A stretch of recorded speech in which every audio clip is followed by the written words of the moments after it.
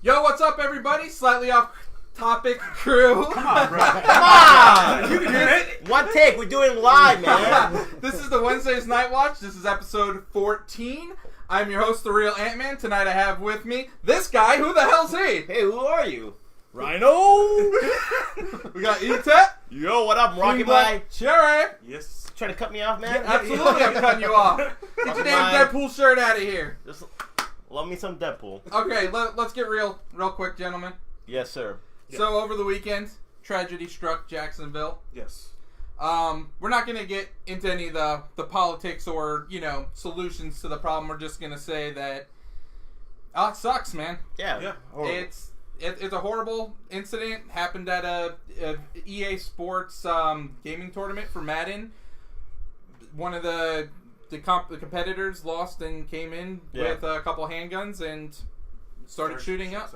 Yeah. So, unfortunately, it's going to leave a stain on the gaming community. Yes. EA canceled all their tournaments for Madden for the rest of the year. So, it just sucks, man. It's tough.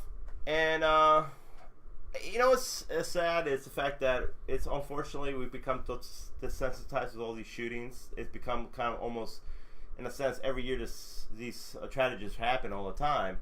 And it's terrible, I mean, that this is going on. I think it's kind of, it's like, I mean, there's no, like I said, we're not getting all political, but hopefully this trend will end soon and all that, because it seems to be heading every single size where it comes. And I think it's a shame too, because we're all gamers, we all love video games, and this is a way. I mean, we don't play sports, we don't do it we play sports, but we don't do it professionally. And these kids, this is a way for them to go out and beat something, beat something special. And of course, unfortunately, this was taken away from them, so it's a shame. I agree with everything you just said.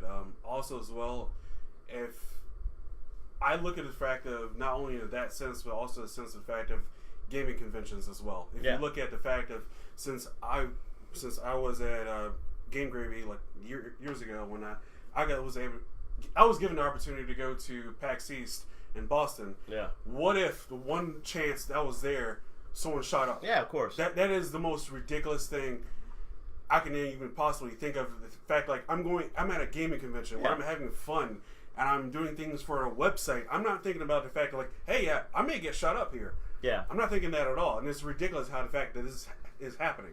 And it's so stupid the fact that it happened anyway. Probably got lost. Probably he lost and got pissed and was like, oh, okay, well, I'm going to come back and shoot everyone up. Okay. Just like to say, stop the violence, guys, okay? We all here, if you're having a bad day, there's a new day in the next, what I'm saying? There's always a brand new day. So there's always another tournament. Exactly. Stop the violence. Stop the ridiculous. The problem is, guys, is you're not dealing with someone that's mentally stable. I mean, look, guys, if we go to a tournament, we lose, we walk away, sucks, that happens. Yeah. These people are not mentally stable. It's like the same guy that shot the theater during the Batman thing. Yeah. He thought he was the Joker or something? I mean, there's definitely something wrong with I was going to bring that up, too, before we moved on. Every time I go watch a movie now, on opening night, I'm, always, have my eyes kind of glued to, who's coming down, while watching the movie. Yeah. And it never was like that. When I would, I remember going and watching, Star Wars at midnight. And, we would just go in there. We'd all be laughing, having fun, playing our 3DSs or whatever. Mario Kart back in the day, I remember. Yeah. But now it's I'm, especially when, bringing my child to a movie too, my eyes are glued to the exits, to the ramps where people's coming up. And somebody who's maybe suspicious. Yeah, it's not fun having to feel that way. No, it's not. And it's not just movie theaters. It's pretty much everywhere you go now. I don't care if I'm at a theme park. I know they check bags and all that kind of stuff, but you just never know who's going to go crazy. Yeah, you just don't. And like I said, this is it's sad that this always sometimes happens really often nowadays. And like I said, but for me, stop the violence. This is ridiculous. Let's stop this. You don't need to. If you have a problem, there's other ways to solve it. So if you have mental issues and get help, get help. There's lots of help out there. Absolutely, there's so much. And help there's nothing wrong with that too. Everybody has issues. Try to solve them. Yeah, definitely. And I'll tell you what. If you're a gamer and you're part of the gaming society, and you're online, for every bad seed, I've made so many friends that I still talk to this day over Twitter that I've never met in real life that are awesome. Yeah. You know, Ryan Shiflett, I'm sure you've talked to him a little bit, and Major Maxim on Twitter. He's awesome. He's bought me amiibos and I paid him back and he shipped them to me. Oh, that's awesome. So like I've met people that are, you know, really cool like online that like I'm still talking to and I'm friends to this day. So you know, there's a great community out there as well. And so if there's bad seeds, ignore them, block them. Find the people that are good. Well, I don't know if you should ignore them or if you should report them. I mean, let's be real at this point. You know what I mean? Because that's the problem is everybody just ignores it. Everybody just ignores it until one day this guy decides he can't take it anymore, and nobody said anything. Like this guy, they knew something was wrong with him. People did, but nobody said anything. You know? Yeah. Hey, if reporting it helps, then absolutely report it. Just. I don't know. They can't do anything until something goes down. That's what the cops always say. There's no crime until a crime is committed. It's true. Well, it's true, though. Can't be like Minority Report. You can't start arresting people for thinking things. But good God. Yeah. Oh, God. Like every gamer out there. Oh. Anyways, let's go ahead and move on. What's up, Rob and Shauna? How you guys doing? And Shauna said that she got you the Deadpool shirt, so I need to stop hating. Nothing wrong with the shirt. It's the person in it. So, wow. All right. Let's move on to the slightly off top 6. And this week, what, Rhino? You got something to say? No, I like it. Okay. This week, Rhino always has something to say. Unfortunately. But anyway, so this week we're going to talk about the fall shows that are coming up that we are looking forward to. We are going to start with Ozark. So I know me and Chris are the only ones in the room that have seen Ozark. It actually comes out this Friday. Yes, it does. Season 2. Okay. And as me and Chris were talking, we both don't really remember too much of like where they were going at the end of the season, so we will be watching the recap episode before. Definitely. You know, it's funny. So I was gonna say you don't remember the season. I'm like, why is this on the? Yeah, why is it a good show? I don't remember what it's about. No, I know what it's about. The guy like he moves to the Ozarks in Missouri. He's like, and then he starts like dealing drugs there, and he's kind of like taking over like this like area, but there's already like a set like drug like. So pretty much like Breaking Bad, but it's similar to Breaking Bad. Yes. I guess you're gonna copy something good. For real. Yeah. Well, but it's different in a way because he's like a he started out as like a property guy, like he was buying properties and stuff like that, and then he wound up like losing a lot of money out there, so he was trying to get. It's like Weeds. So like Weeds and Breaking Bad kind of combined. Yeah, but why? But Netflix and Jason Bateman. Jason Bateman's awesome. So he is awesome. Yeah, it's very interesting to see me as a serious character. Like I've never actually really noticed him as being serious as he was in this. In my opinion, it was just completely throwing me off a little bit. But yeah, I mean, I'm interested in the season, so I mean, I'll watch it. There's good twists. It's one of the better Netflix shows, to be honest with you. I think you guys should give it a shot. How many episodes is it in the season? 10. 10? Yeah. Okay, I think that's like Netflix's thing. I think they like stop at 10. 8 and 10. Yeah. You know, that's a good amount of episodes, though. I like 8 absolutely. and 10 seasons because you can watch the whole thing and feel like you can binge watch and all that. But like, is it though? Because we got the Stranger Things episode where it's like, oh, we have all this momentum, and then all of a sudden let's drop, and then let's wait for like a whole episode and like give this story. Well, that's on Stranger Things. That's every Netflix show. There's the one episode. You got the Marvel shows. You got the one episode. Yeah, there was actually the one episode in this one too. Yeah. And actually, that one stands out to me. It was like the whole thing takes place in like Missouri, and then there's like one episode where they go backwards, and then they show you like what basically what happened prior to them leaving. I think Seattle was where they were from originally. Yeah. So and it's like episode 7. It's like completely like. So it's like you watch like the first 6 episodes, and then episode 7 is like all the backstory, and it's like, what? Yeah, where did this come from? Like, I don't know. And the worst part is like they already kind of like led you to that. Like you already knew what everything that was going to they were going to show you. Yeah. And then like they give you like 5 minutes at the end where it's like, oh, and here you go. Yeah. Well. It's kind of like how Castle Rock was last week's episode. I was just about to say that. Isn't that kind of like last week's episode of Castle Rock? I said that was episode 7 too, wasn't it? Yeah, it was episode 7. For some reason, the 7 is that number, the odd number. That like, let's do like completely like take flashbacks. Except for like Game of Thrones, they were at episode 9, and they always did something crazy. Well, in episode 9 is kind of more like the kind of the episode that everything goes nuts. The straw that breaks the camel's back is episode 9 on Game of Thrones. Yeah, for sure. Well, no, actually, last season was pretty good too. I want to say the one episode 9 because that was the one where last season was like non-stop of Game of Thrones. Yeah, it was. Dude, there was no control. It was like, hey, we're doing this, we're doing this. And by the way, if Game of Thrones was to fall, that'll be number 1 right now. But unfortunately, it's not. So we're gonna have to wait till next year or whatever. Well, I had to cut your Legion in there. Yeah. Legion's a spring show. Oh, Jesus. I'm sorry. Like, there's nothing like... Anyway. We'll go ahead and go to the next one, and that is The Walking Dead. So I had to put that up there because they just announced that Opie is going to be part of this season's Walking Dead. Opie is awesome, by the way. Yay. Opie is awesome. Yeah, he is. Man, what a hater. Personally, I'm actually enjoying Fear the Walking Dead right now more so than The Walking Dead. Yeah. I think they're doing a really good job with it. I think that The Walking Dead went a little too Negan.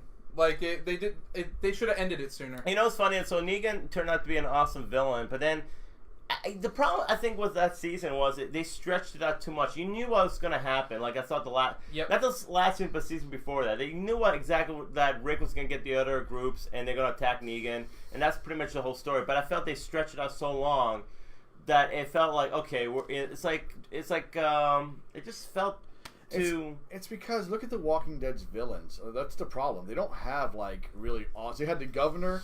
Let's see, who do they have? They have the governor as the one villain. Well, Shane was the original villain. Shane was the original. He was good. Yeah, Shane was excellent. I mean. Then you have zombies, period. Well, zombies always. They're just filler, though. You know what? The problem is, though, Negan is... I don't think the problem with Negan is... I think it's the problem with Rick and his group. Because it always seems to me like... First, Rick comes out as a badass. And then he becomes pussified. Then becomes a badass again. Then, you know what I'm saying? There's never... Yeah, Carol followed that same, exactly. Flow. There's never, there's never growth in the character. It's always, he goes forward and then goes backwards. Goes forwards, goes backwards. And I think that's what people get tired of it. If they follow the comics with this, though, and Negan does make a turn, how could, anyone really forgive him for what he's already done? No. I think the thing with Negan, I'm not really sure. I haven't watched most of the last season. I kind of, stopped. I mean, I kind of want to watch again, but the thing about Negan is he does have a code. He's not necessarily does stuff just to do stuff, just be an asshole. He actually has a sort of code. He's kind of like Rick in a way. He has a code. If you're against him, he's gonna kill you. That's kind of how he is. He doesn't condone raping. If anybody rapes somebody, he kills them. What a good guy. Well, I'm just saying though, he doesn't, and he like I said, he has also sort of certain things that respects. That's supposedly in the comics. That's how they portray Negan. Yeah, but does he have respect though? Because you didn't watch last season, so I'm gonna give you a little backstory. Okay. So yes, there was a situation where he got caught up with Gabriel, the priest, and whatnot. In a situation, they were both in a room together. He didn't kill him, but he made sure that he was going to be injured for it. He doesn't give a shit about the fact of Rick's group. He never gave a shit about any of that except for Carl, who actually ended up dying and actually freaking taunted Rick for that piece of shit. And the fact that even to his supposedly deathbed or whatever, oh well, I'm still gonna talk shit about your son, saying the fact how he was my kid. He wouldn't have. Well, it's funny though too, because I guess in the comic books, Negan does kind of take Carl as his own. He kind of takes him as a son, actually, in a sense. He actually kind of looks at him as a son in the comics. So that's probably where they kind of say I would be a better father to him than you would. Well, can we be real for a second though? You're saying he doesn't care about Rick's group, but let's be real. Before we even met Negan, Rick was killing off Negan's men left and right. That's exactly what I was trying to make the point. You say he didn't kill Rick's group, I kind of understand why. Yeah, exactly. He actually killed, I don't know how many Negan's guys. He killed almost maybe 30. They killed almost 30 of them. Remember? The outpost? Yeah, the outpost. Not only that, before that, too, the motorcycle gang. Yeah, there's wrecking them. They killed at least 30 or 40 of them. So for Negan to kill just 2 guys, I think that's pretty fair trade. Even though how violent it was, he was just trying to put a point. Yeah, you kill my man, I got to kill somebody from one of your guys. And he actually, he could have killed him off if he wanted to. Could have wiped him out, and he didn't. But then he made them to the point where it's okay, well, guess what? Now you working for me now.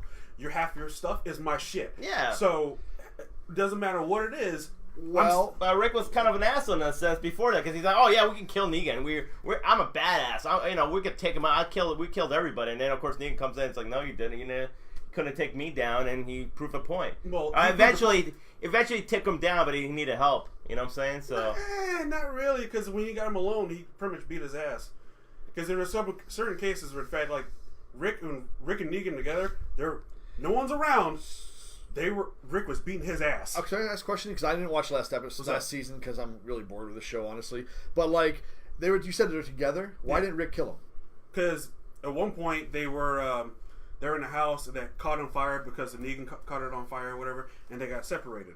The second part was at the end of last season, the fact that Rick was actually getting ready to kill him, and then since of course Carl's last letter, the fact like saying the fact he wished everyone would just call peace. Can't we all just get along? Get along and call peace with each other and whatnot. And so, in the midst of him almost killing him, he was like, "You know what? Let's stop this. I'm done." Yeah. Coral. And let me just lock you, Negan, away, and just leave it at that. Yeah. I just feel like I think the biggest problem, like I said, I don't think it's Negan as a pair. I think mostly some of the protagonists in the show like are kind of weak and don't have really any purpose. I always feel like the problem is where are they going with it? Yeah, exactly. And there's there's no end game too. There'll never be an end game. Yeah, right. There's never going to be one. So because they're not going to come across a cure. No, unless they do. Unless somewhere out there. Unless they didn't come across it in the comics. All right, well, I'm just saying there has to be something, because how do you end the season unless you just kill everybody off? Yeah, everyone dies. Okay, done. I mean, it's also bad the fact that you're based on a comic book which is still going on.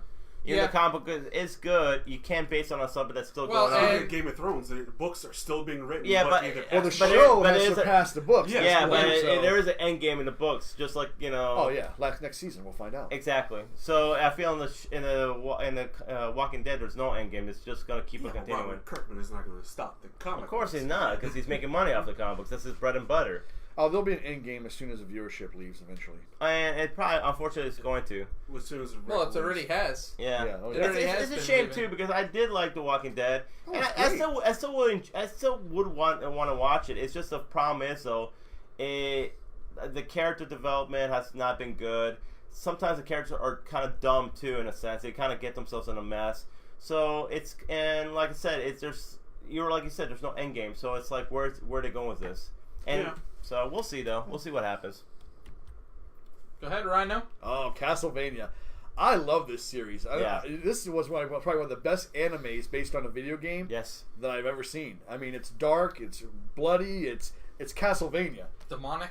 Well, it's Castlevania. Yep. You know what I mean? But and it's based on Castlevania 3, which a lot of people seem to have played. Have you guys ever played it? Oh, I played it. Nope. Really? You guys haven't played Castlevania 3? I played it, man. Simon's Quest? I love that game, actually. It's Castlevania 2. Yeah. Dracula's Curse. Dracula's Curse. So we're the one where you actually can play a la carte. Like, you actually... Yeah, the first time you ever play a la carte is Castlevania 2. It's such a cool thing, because you defeat, like, 3 bosses, and you can actually put them in your party. So it's one of those Grant, the Thief. I was going to say, the Thief, yeah. They haven't introduced him yet. Is he going to be in the show? He has to be. How can you base it on 3 and not have one of the main characters? I hope so, yeah. And then it's based on the girl, the wizard. Yep. And I forgot her name. Fred Savage? No, not that wizard. Not that wizard. Not that wizard. And then, of course, a la carte and all that. So I'm sorry, continue, Rhino. No, I'm just saying it was great. I can't wait for season 2. The first season was so short. And I think it was a tester. I think it was just feeling the water, see if people would actually like it. Yeah. And people loved it, so I hope the second season's a lot longer. You know what's crazy about it? It's only 4 episodes, and all 4 episodes are 30 minutes long. And I feel for those 4 episodes, they did such a good job.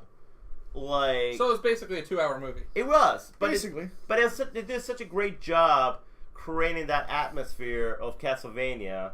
By the end, you're like, okay, I want to see more, right. and they did great job doing that, in 4 episodes. You know what really is awesome to me? Did you see the creator's mock-up for Metroid? No.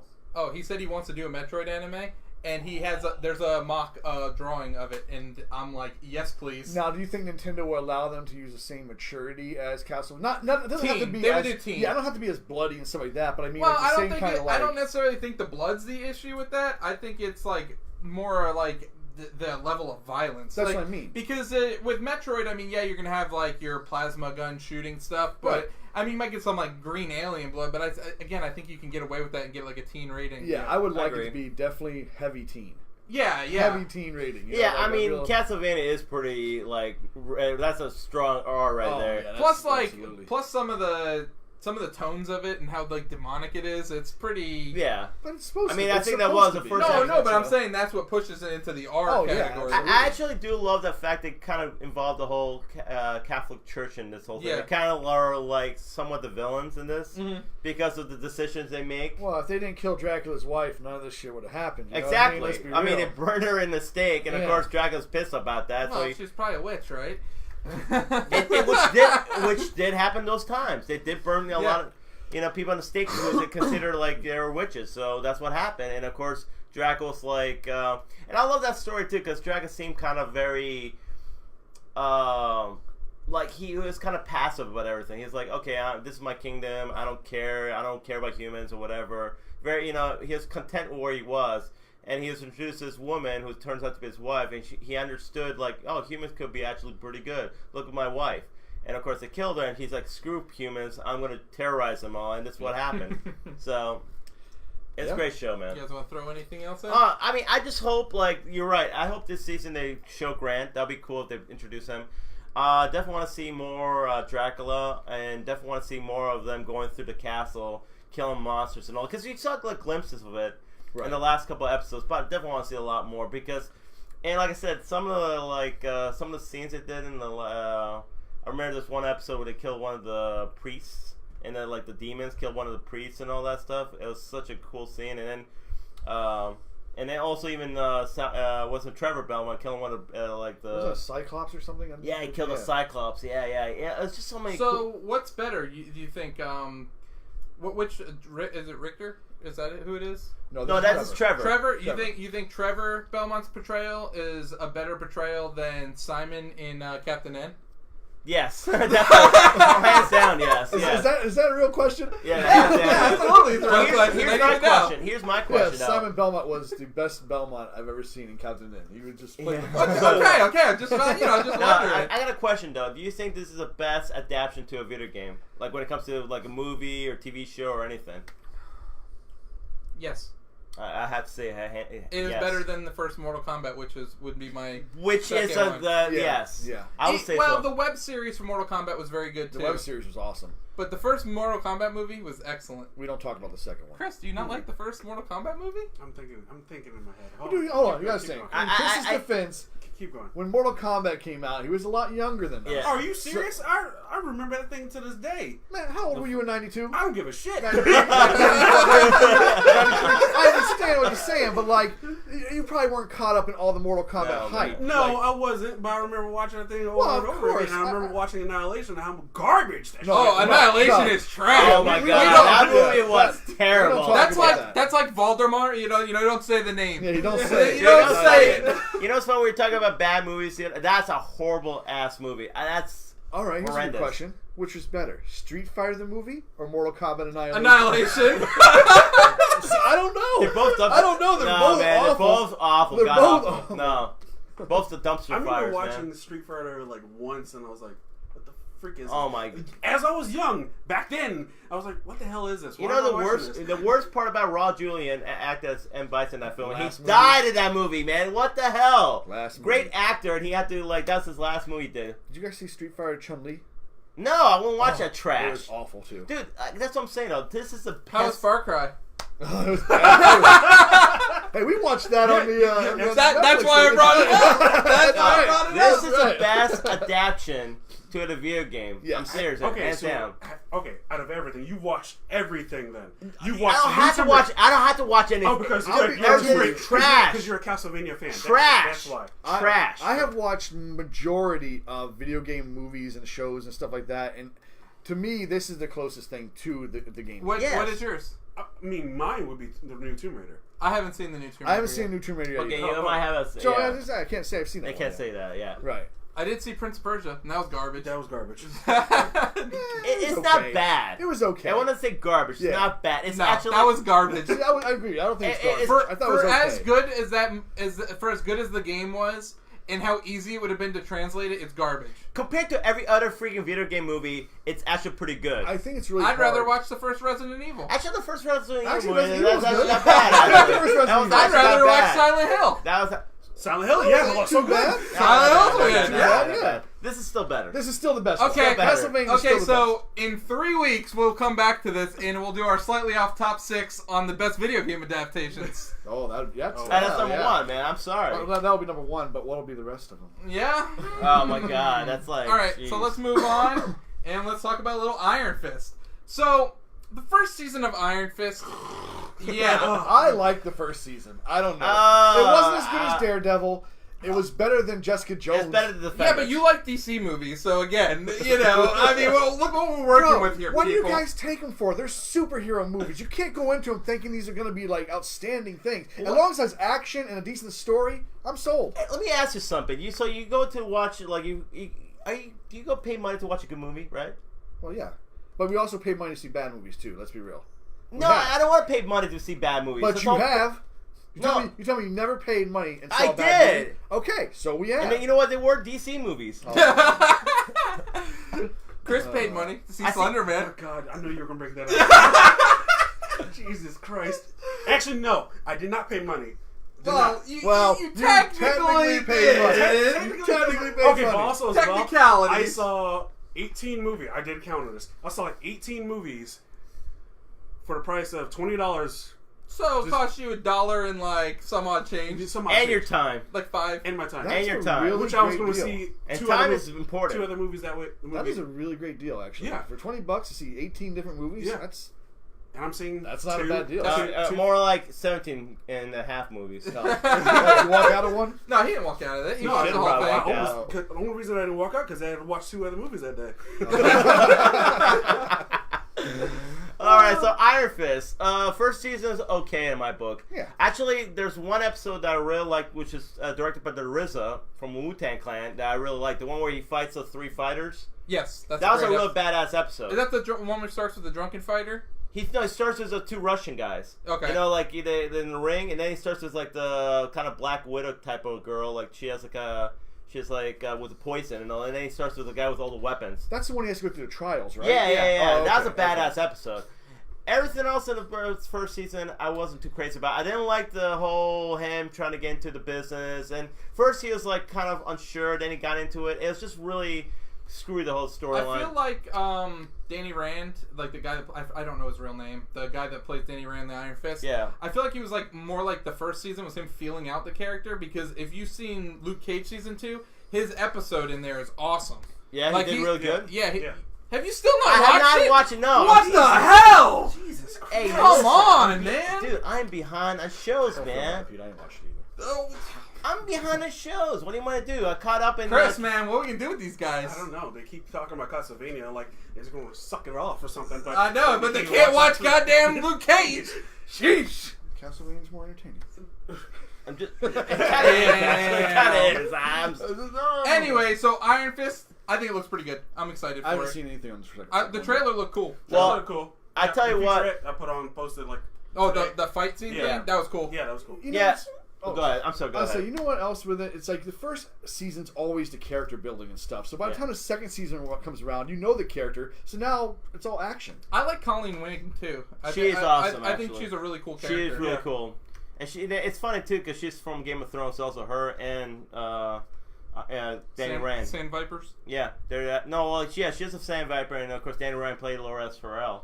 Yeah. So King of Flowers, right? The King of Flowers, yeah. But she's really good as the girl who plays Colin Wing, and I'm actually interested in this season too because actually I guess one of the villains is Typhoid Mary, who's actually a Daredevil villain in the comics.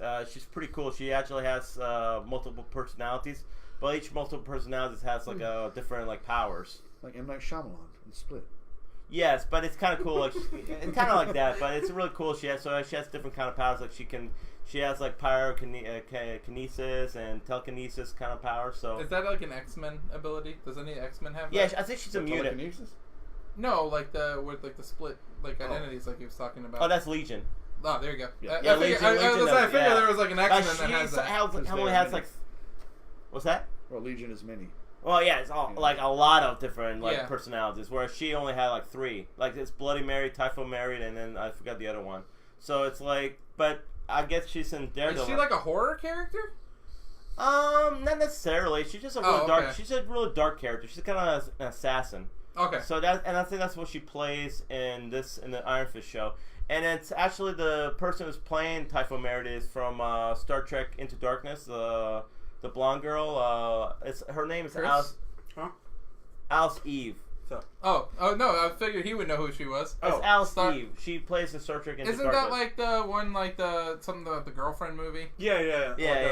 She's out of your league. Yeah, she's out of your league. Thank you. Yeah, so she plays Typhoid Mary in the show, and I mean, like, I think there's definitely promises to this season, hopefully, because I think it definitely needs to rebound. I honestly don't think it could be any worse than the last season. Yeah, it would be tough for them to make it worse. Do you guys like Jessica Jones more? Oh, absolutely. See, I hate the first season. The second season, honestly, I like the first season of Iron Fist better than the second season of Jessica Jones. I didn't watch the second season of Jessica Jones. I couldn't finish the first one. Oh, the first one's excellent. I like the villain. I just think Jessica Jones is a terrible character. Kilgrave was amazing. Yeah. Great, but it's a shame, actually, spoiler, they killed him on the first season of Jessica Jones. The only thing I don't like about Jessica Jones's character is, like, she's so whiny, and like it's like she makes such bad decisions. Yeah. It's like if she would lay off the booze and like. She's kind of whiny in Breaking Bad, also. Yeah, that's true. So, just saying. Alrighty, and let's talk about. Oh yes, Daredevil. Have they released a trailer for this? No, unfortunately not. But when they do, I'm definitely gonna be the first one to watch. So this is a little bit lucky. I put it on the list for you guys, considering it comes out in December, but it comes out technically in the fall before winter hits on the 21st. So it's December 7th, I think. It's they haven't put the date. I thought it was no, they haven't put the date. No, they were just talking, and they were saying like, "Oh yeah, Daredevil's releasing this fall."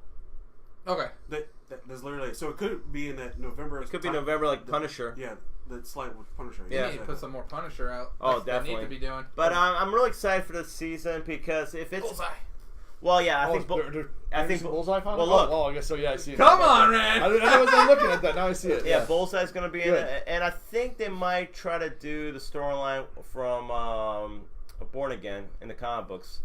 They should just do the movie storyline. Yeah, with Ben Affleck. No. And Happy Hogan.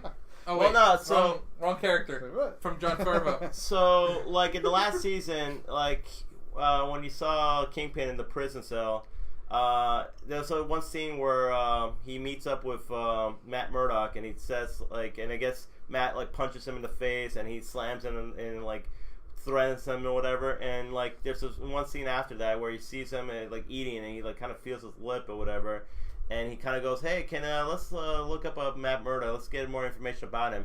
So I think he actually suspects Matt Murdock to be Daredevil. I think he has kind of a theory that he might be Daredevil because of the punch he got in the face. So he's kind of putting two together. And if that's the case, then this season is going to be amazing because they might base it off Born Again, where what happens in that comic book, graphic novel, is Kingpin finds out that Matt Murdock is Daredevil and pretty much tries to ruin his life any way possible. Doesn't he like make Karen Page like a drug addict again? Well, what happened was in the comic books, like that's how he got he got exposed. Is the fact that Karen Page becomes a drug addict, and for more drugs, she gives up Matt Murdock's identity, and that's what it goes to Kingpin, and then Kingpin finds out and pretty much tries to ruin Daredevil. Like he pretty much like frames him or whatever and shuts down his whole business, burns his house down, does everything to ruin him and to make his life a living hell. To the point where like he's beaten up on the street and like pretty much left for dead at one point. So it's such an awesome storyline, and hopefully they bring this in this series because it'll be amazing. Bullseye wasn't in that storyline, but he'll be just an added bonus to this season if that's the case. So because Bullseye is pretty much one of his best villains. Go. Yeah. You pretty much covered that. So we'll go. Sorry, Chris could talk about the Arrowverse. Yes, Arrowverse. I can briefly. I didn't finish Supergirl because I couldn't finish it. Sorry, but I finished Arrow and I finished Flash and I just watched the last episode of DC Legends tomorrow.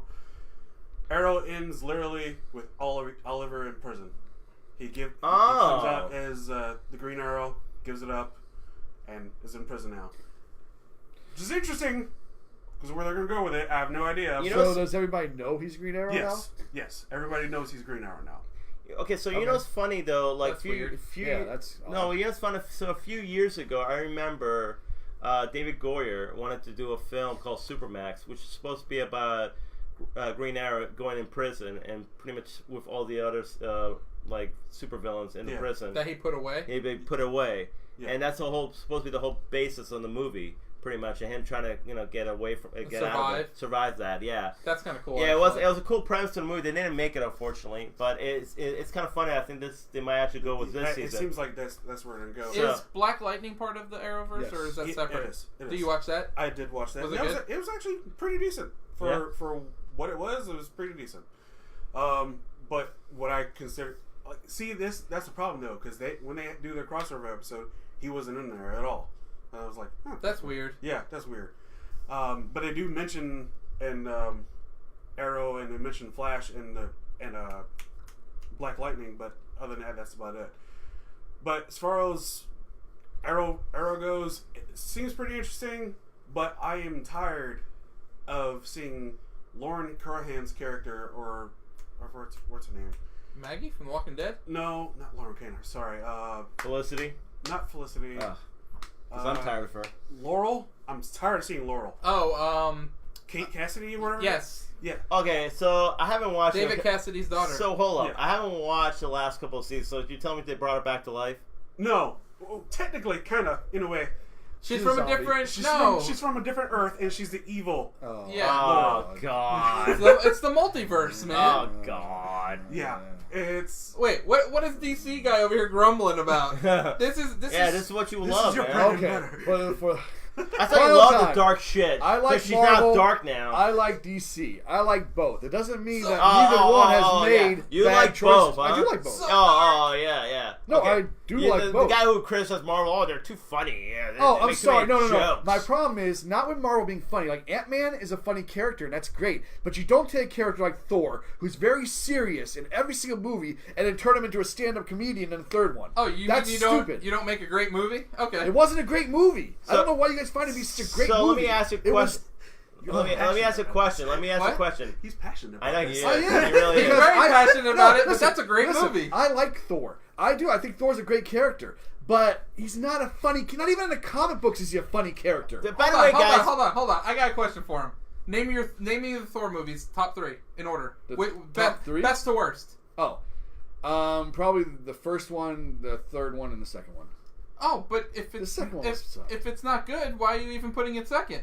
Dude, Thor Ragnarok is by... You just told me to name it out of Thor movies. There's only 3 of them, man. Yes, I know. There's only 3 of them. But according to you, the way you make Ragnarok now hold on. Let's rank them in the actual Marvel universe, and they're much lower. You know what I mean? I would put Ragnarok in my top 10. Well, you're crazy. Maybe even top 5. What would you be your top 10? My top 10? Yes. Marvel movies. Let's see. Out of Marvel movies? Avengers. Sorry, we're getting off topic. No. Well, unfortunately, you know what? I'll do this because I can't. There's a lot of Marvel movies. Give me your top 5. Top 5. I would say not in any particular order. That's fine. Okay. Avengers, the first one. Okay. Avengers, the third one. Okay. Black Panther. Okay. Iron Man 1. Yeah, I like Iron Man 1. Actually, Captain America, Winter Soldier. Okay. Would be up there. And I don't know what the other one would be. I mean, Iron Man 1 was good. Guardians of the Galaxy? Yeah, Guardians of the Galaxy is great too. There's a lot of it. It's hard to choose a 5th one when there's so many good ones out there. Like, I like Ant-Man as well. I like the original Ant-Man too. Whoa. Oh, this guy! Because No. This guy who wouldn't go watch it in the theater because he said it was going to be garbage. I know. Okay, let me hear me out. As a comic book fan, I've never been a fan of Ant-Man. He's not even on my list of characters I would even go see. Yeah, I thought Listen, after seeing it and actually renting it at home, I thoroughly enjoyed it and thought it was a great movie. And I did see the second one in the theater. I went and saw Ant-Man and Wasp. And okay, hold on. It was good. Yeah, it was really good. By the way, guys, we're slightly off topic. If you have any comments, let us know. And tell this guy he's wrong, by the way. Wrong about what? Just saying it. How can an opinion be wrong? Wow, so angry. turning green right now? But anyway. No, he can't turn into the Hulk right now. Oh, wait, you telling me he's Loki? Yeah. So let me ask you something. That's a terrible theory, It's funny, by the way. So I don't honestly believe in that theory. I don't believe that he's. I think that he was the Hulk for so long. That's kind of why he's a bumbling idiot in the movie. Because let's be honest, like I don't really like the way they portray Bruce Banner in Infinity War. The guy's supposed to be like this, like he's a genius. Yeah, he's supposed to be a genius, and he's like an idiot on the battlefield. Well, like, I think you're right. You hit the nail on the head. He's not a warrior. You hit the nail on the head too. But that's not the point. He's still an idiot, even in the machine. Yeah. No, right. I think you hit the nail on the head. I think the fact is, like in Thor Ragnarok, he was stuck as a Hulk for so long that as soon as he got out, he became Bruce Banner. He's kind of all like jittery and all that. He's like he didn't know what to do because he was so stuck in that character. You know, it's kind of like. And I think that's why he was acting. Yeah, you can also blame Ragnarok for that because people loved Bruce Banner being such a funny character in Ragnarok that they thought they would just transition right over to Avengers. It wasn't Bruce Banner that was being funny in Ragnarok. It was it was. Yes, it was. Yeah, no, it was. The Hulk. No, dude, it was Bruce Banner. Bruce Banner was pretty funny too. Yeah. So let's make him a bumbling idiot in Avengers because everybody seems to love Ragnarok. I just remember Thor being hilarious, like when he was like, the whole movie was a comedy, dude. The sun's coming down. The whole movie was an action comedy. The whole movie. So, let me ask you a thing. So you tell me Infinity Wars is awesome then? Oh, I love Infinity War. Yeah, because that's dark as hell. I loved Infinity. Yeah, it was great. I love the ending too. I really like the ending. Everybody sees the ending. I love the ending. I heard your son didn't like the ending. Well, no, that's it. A lot of people didn't like the ending. I loved that. I thought it was great because we know they're coming back. It's not like do we? Yeah, not all of them. Do we? Yeah, we know they're coming back. Oh, really? The Russo said there's some permadeath. There probably is. I mean, Gamora might be dead forever. She might be gone. Why is Gamora? Oh no! Let's be real. The only permadeaths really. Who's Gamora? Why is Gamora? Why is Loki's dead. We know he's gonna be gone. He's gone for sure. Is he? Yeah, dude. Because there's certain deaths that they had to do, and you have the guy. What's his name? I can't remember. The gatekeeper. Yeah, I can't remember his name. Idris Elba. Yeah, his character, but he's dead. So there are going to be definitely permadeath, but everybody that died at the snap of a finger, they're all in the soul gem, just chilling. I mean, I'm pretty just chilling. Just chilling, just waiting. So to they're get sitting in like the jacuzzi, just drinking some margaritas. It's all right. Got some drinks with little like the umbrellas in them. They're just hanging out in the Soul Stone. Just hanging out in the Soul Stone. So. Yeah, man, no big deal. I'd be quite honest, and you know what's funny about that movie though? I mean, we're gonna go back to the Arrowverse, but one thing I'm actually excited about this, they say that this is not based on any story. It's going to be kind of original, the fourth one, because each movie is based on some stories from Marvel. Like Infinity War is so loosely based off of Thanos' like the Infinity Gauntlet. Yeah, it is, but it's still somewhat based on it. There's no Adam Warlock. Yeah, there isn't, but there's no isn't Fantastic Four in that story as well? Yeah, but they can't do it. Yeah, well, that's what I'm saying. So it's like really loosely based off of it. But I think even Civil War was loosely based. It was. Oh yeah, yeah. Because they didn't have anything to do with like the negative zone or whatever. Because that was like a big part of the story. Yeah, it was. And I do like that they teased the whole Spider-Man reveal in Homecoming. Yeah. Though. That was awesome at the end. Awesome. I was like, oh, they're gonna do it, yeah. And they didn't do it. They totally teased it. They did. But I don't know. I honestly love what they're doing with Marvel. All the movies, they're so good. And the funny thing is, I always think that Infinity Wars is going to be the red wedding of Marvel movies or the comic book movies because of what happened in the end. Because it honestly is going to set up for other people to look forward to the next movie. Because everybody's going to be like, okay, are they going to be alive? Are they going to come back? How are they going to defeat Thanos? It's kind of that's what we're looking forward to. So here's a question: did you guys see Ant-Man and Wasp? Yeah, of course. Yeah. Okay. So what's going to happen to Ant-Man now? So everything that happens. Yeah, spoiler, just in case you guys haven't seen it yet. I'm gonna go back to Infinity War. Oh, okay. So anything that happens from the moment Doctor Strange sees the one way that they survive is planned by Doctor Strange. Oh, of course. Doctor Strange lets Star-Lord punch Thanos in the face. Doctor Strange lets Thanos win because he knows that's the only way. Because he even says, "Sorry, Tony, we're in the end game now." Mm-hmm. So Doctor Strange knows what's going down. Right. So Doctor Strange had everything wait to the right moment that Ant-Man would be in the quantum realm. I honestly think that they're gonna. That's true. They're gonna play with the time. That's true. I didn't think about that. Yeah, that's true. I actually think they're gonna play with the whole like space-time continuum kind of thing. I think because he even there's a quote that I believe what's her name, Michelle Pfeiffer, Janet made a comment saying like, don't get lost in the time quantum. Was it time realm or something like that? Realm. Quantum. Well, no, it's a quantum realm, but it's some sort of the time vortex. I think she said, don't get stuck in there. Right. So I think what's going to happen is he's going to somehow get back in time and try to fix that. There is a picture, and I'm not trying to spoil it. There's a picture that shows them back in New York, back to the first Avenger movie, when it shows Steve Rogers, Thor, and all, and it shows Ant-Man. So it seems like they go right back to the first That's weird because Ant-Man wasn't in the first Avenger movie. No, he wasn't, he but he travels back in time. Oh, that's going to be interesting.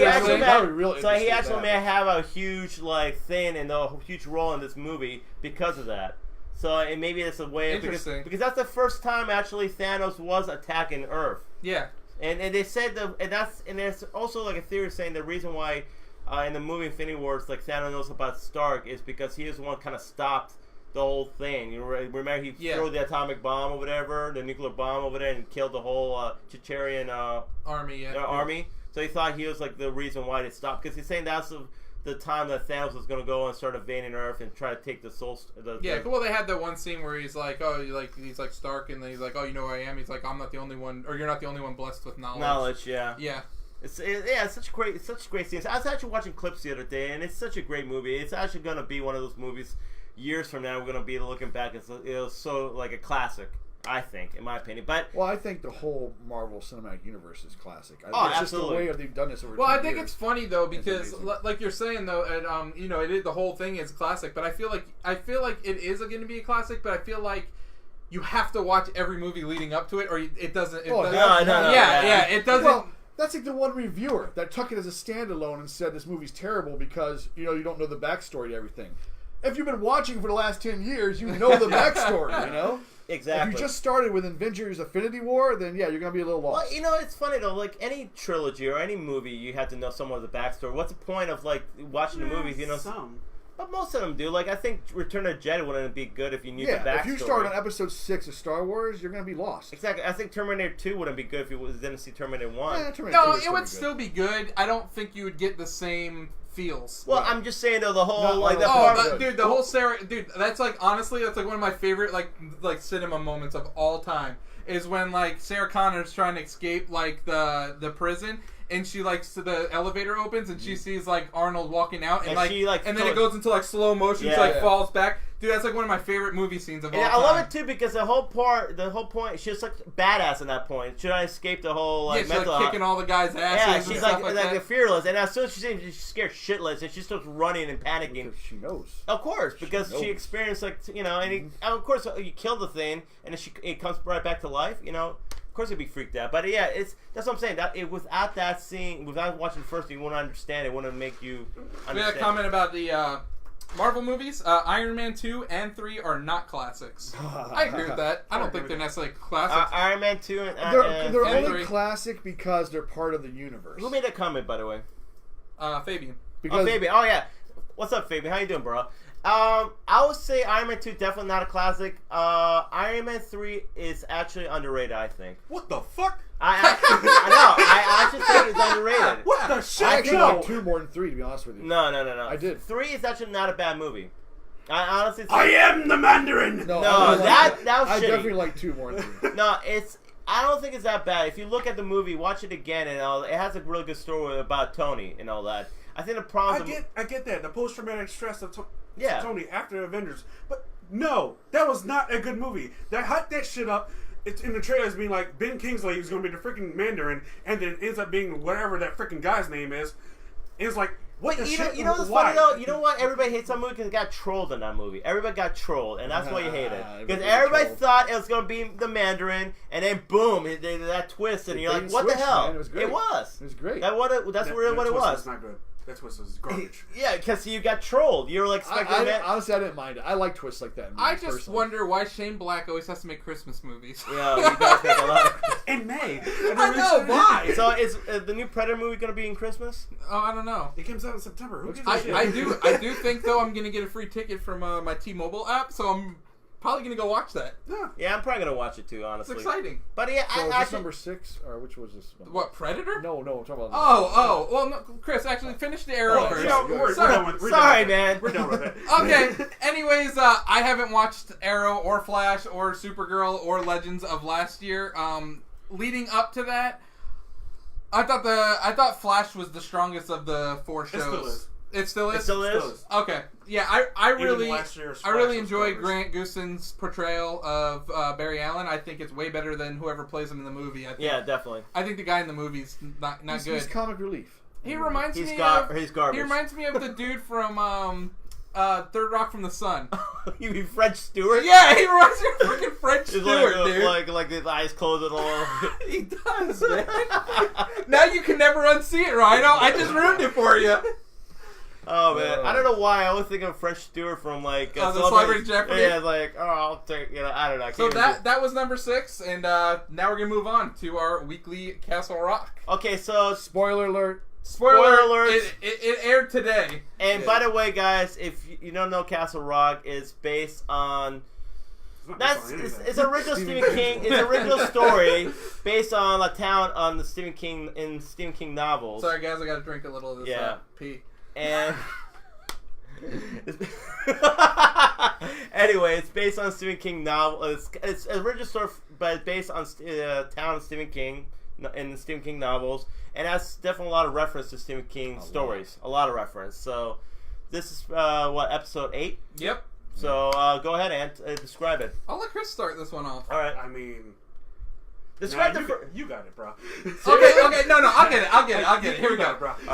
So the first thing we see in this week's episode is we see the real estate agent was showing off what's his face? Like the Warden Lacey. Yeah, Warden Lacey's house. They were selling it. Yeah, this is like the guy who committed suicide in the first. There was a couple that came to view the house with the real estate agent. Yeah. So they were showing the husband in some like college or like intellectual like conversation. Yeah.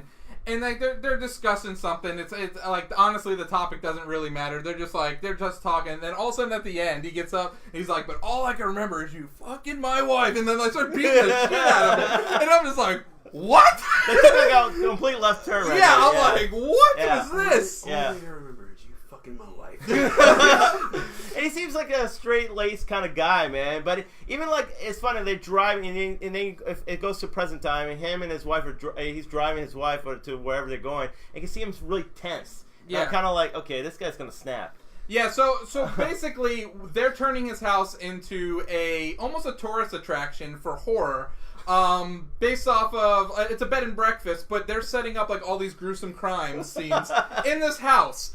So first of all, it's like this really weird, like they're taking like a haunted house kind of. Yeah, but it's more creepy because they have these mannequins and all that with like an axe in their head, and I'm like, what the hell, man? Yeah, which is really weird. I was like, and the guy requested when they bought the house that they get all the artwork, which was. Warden Lacey had drew like over 100 pictures, like each year it looked like of the kid that was locked up in the prison. So that was weird as it was. Yeah. Later on, we'll get to Henry Deaver when he gets into the house, and that I don't know why he went in the house. Yeah. I understand why. Because he went down the basement. He wanted to see what was in the basement. And then he went through the basement up to the house. But somebody owned the house. He knew somebody owned the house. He broke and entered the house. Because he wanted to see what was in there. Remember, he went there before and it was locked, and the lady kicked him out that was there. Yes, but someone has bought the house. He is now breaking and entering. Does that matter? Yes, it matters. It's a crime. Dude, guys. He's a lawyer. He's a freaking lawyer. You should understand that's a crime when you break into somebody's house. Yeah. Oh, man. Just saying. He could have went through the front door. So anyway, Ruth still doesn't know that she killed Officer Pangborn yet, Alan. Yeah. She thinks she re-killed Henry's father. Yeah. So I'm thinking at this point, this is pure speculation. I'm thinking the kid gives people visions to kind of do what he wants them to. Yeah, I think so too.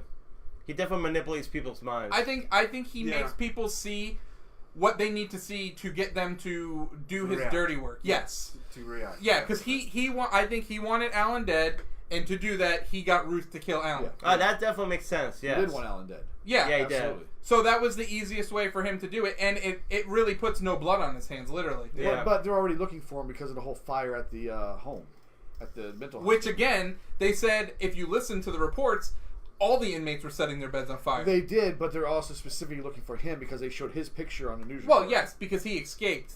He is the only one survivor. Yeah, I don't know if they're looking for him as a suspect or as because he escaped. Yeah. More likely as a suspect.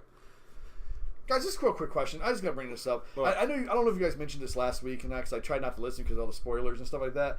Why does Sissy Spacek look exactly the same in flashbacks as she does? We'll explain that to you. Yeah. It's because she's going through time and remembering herself as she is now in those moments. Is she? Yes. Yeah. There's a scene. That's what the whole chess pieces are for. Well, I get that. The chess piece is right because that brings her back into reality. But she's remembering herself in the memories, but it's her now in the memories. If there's a scene, there's a scene where like it shows young Henry Deaver like he was sick, and you see this lady kind of like looking over him, right? Like checking his temperature. Thank you. Sorry. And then you look back at her, and it's like Sissy Spacek. So it's pretty much, when you see her, she sees herself as like whatever, but it's her younger self. You know what I'm saying? She's in her younger self's body. So, but real estate agent. Yes. Yeah. She goes and saves our lawyer friend Henry. Yep. From the camper. On her way there, though, she has visions. She has visions of herself dead.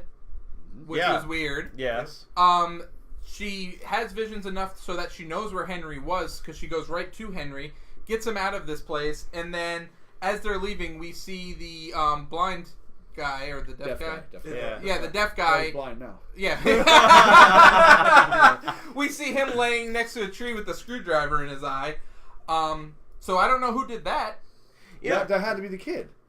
It had to be the kid. Or maybe that's her. The screwdriver was at the house. The kid was there, and he left into the woods. No, maybe it's her, man, because she she kills. She doesn't kill. She only Where's kills the because... friend? Yeah. Where's the kid? I don't know. It could have been him.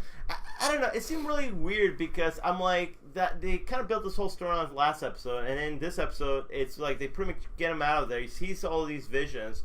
They get him out of the room, and then they just leave that whole thing. Well, his son hears him too, I guess, the noise as well. Yeah, I guess so too. But it just kind of seems like, okay, they opened this whole new storyline, and we don't know where they're going with that story, the whole ring and... So now we know, though, that the kid saved Henry out of the basement he was locked in. Yes. So that's fact now. Okay. So, and he said he waited 27 years for him. Right. Because I'm guessing they have to do something together. Well... He actually did point it out that you hear it too, don't you? Yeah. You hear the ring and you hear the noise, don't you? And we had to go to the. It's kind of like you have to go to the woods and find out what it is. So there is kind of that whole ties into everything. The whole ring in the ears, the woods, and then the kid. So do you think Henry Deaver is psychic as well? Yes, definitely. Probably. Yeah. It seems to me like him, Ruth, the kid, Henry Deaver's son. They all seem kind of connected with these powers. So there definitely is a connection with all this, but we don't know what the connection is. Like we don't know what the extension of their powers are.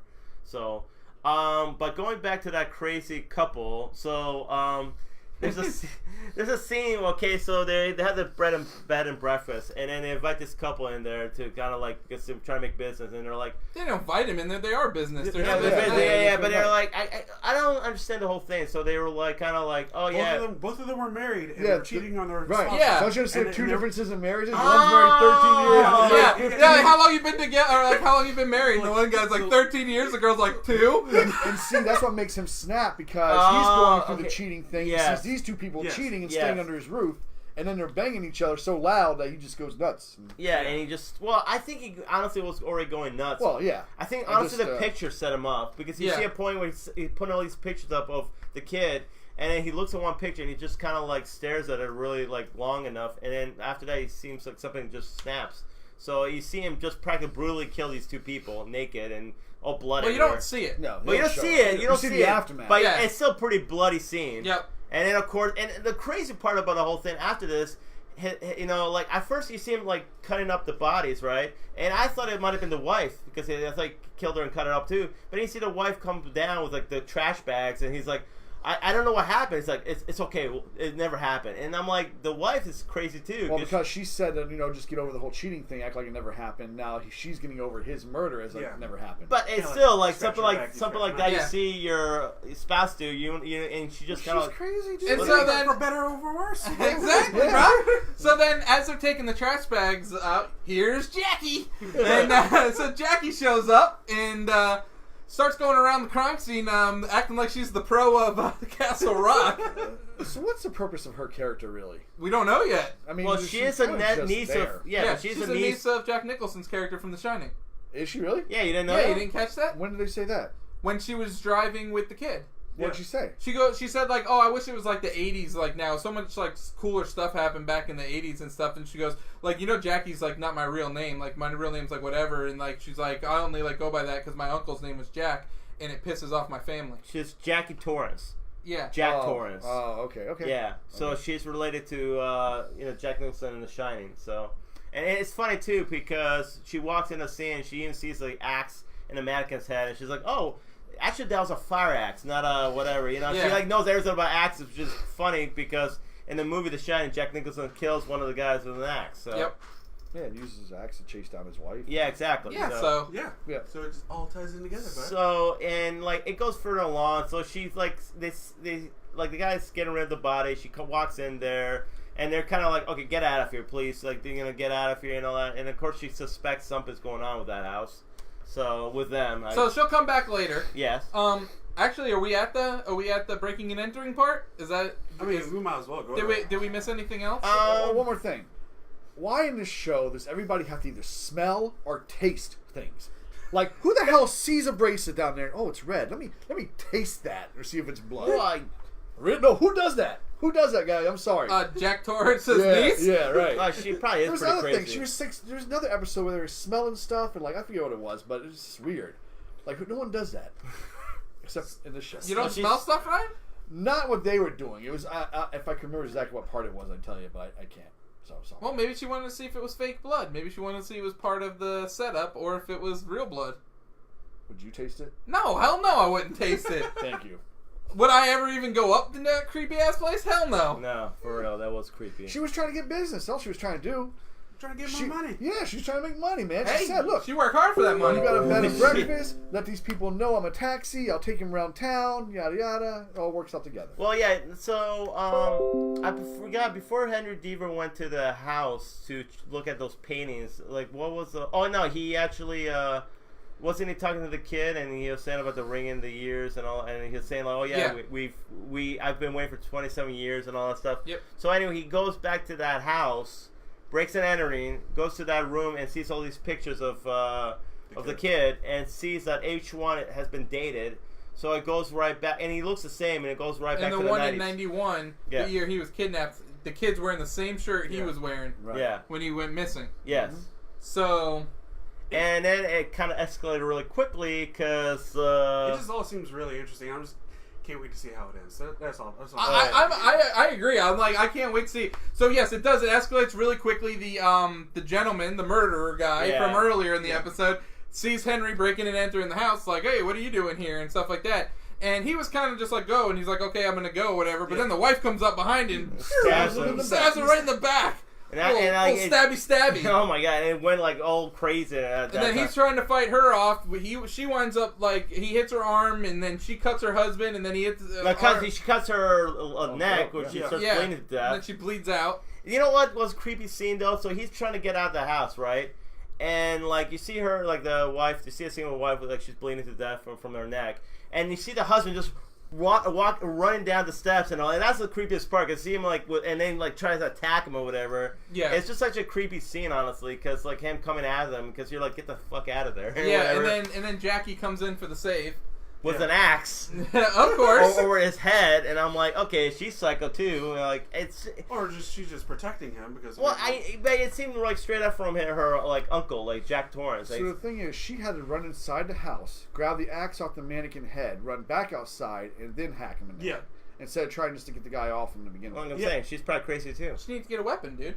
Maybe she was already in the house. Ooh!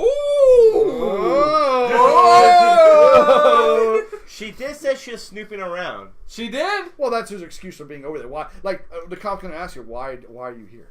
You know, why'd you call? I'm kind of snooping on them because they seem very weird. Yeah, but I think... She's not wrong. No, she wasn't wrong. That's now, for sure. I didn't watch next week's previews, did you? No. I did. And? Did you have previews at the end? Yes. They do. Oh, I don't even know If you go in the extras part in the Hulu, they'll show you the next one. So, what was next week's episode? You have to wait and see. Look at